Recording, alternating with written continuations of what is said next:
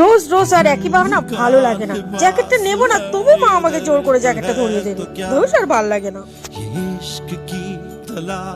আরে এত সুন্দর খবরটা কি কেউ আমার জন্য ঢেলে গেল? হে ভগবান, তুমি এমন দৃশ্যের সম্মুখীন আমাকে কেন করে দিলে? আরে বাচ্চাটা সত্যি কতটা ক্ষুধার্ত যে নিচে পড়ে থাকা খাবারটা কত সুন্দরভাবে গুছিয়ে খাচ্ছে। এক কাজ করি, আমার এই প্যাকেটের খাবারটা ওকে দিয়ে দিই। আচ্ছা বাবু, এই প্যাকেটের খাবারটা তুই খা। হে ভগবান, তুমি এত ঠান্ডা কেন দিচ্ছ?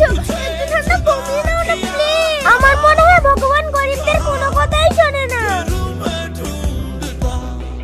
কে বলেছে শোনে না? ভগবান সবার কথা শোনে। এই নে, এটা তোর। হে